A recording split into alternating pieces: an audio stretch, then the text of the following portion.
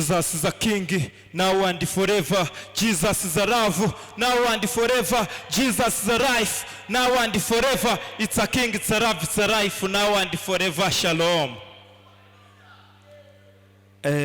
Amazina nimfashwa na Yesu Jean Claude, nimero 37, umukonstant guturuka i Musanze. Indirimbo ngiye kuririmba ni indirimbo nise umusaraba wa Kristo.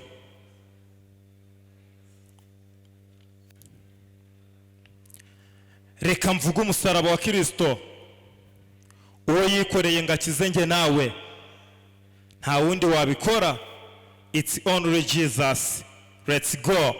Mu mwaka wa rimwe gusaba kandagiye kwisi, umubabaro n'agahinda ke bitangirira i Betlehemu mu gihugu cy'Yudaya. Havukira mu kiraro cy'inka, ryamishwa mu muvure, mu gihe izindi minja zo zivukira hopitari zikaryamishwa ku magodora zikoroswa amakuvure. Kristo we ntabyo yabonye habe no kubikiryera, rayifisharira nk'umuravumba niyo yakuriyemo. Herodamu higa ashaka kumuhitana, atangira guteseka akiri umwana mutoya.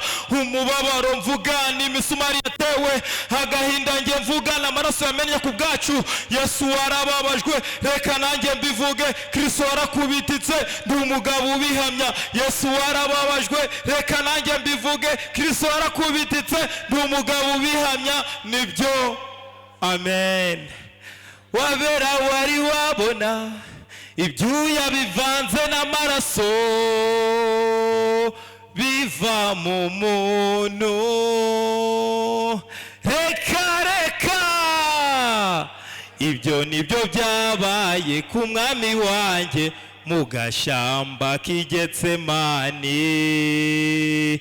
Ibyo kuvuga birabura maze amarira akaba menshi iyo nibutse ibya Kristo n'ukuntu yababajwe ku bwacu. Yasize icyubahiro cye yari afitiye mu ijuru, yemera gusuzugurwa ngakize nge nawe.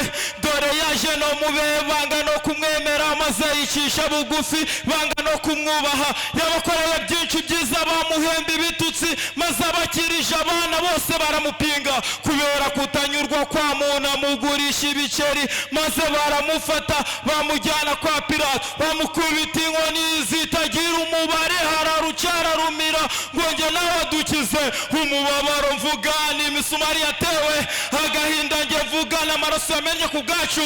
Yesu warababajwe, reka nanjye mbivuge. Kristo warakubititse, ndi umugabo ubihamya.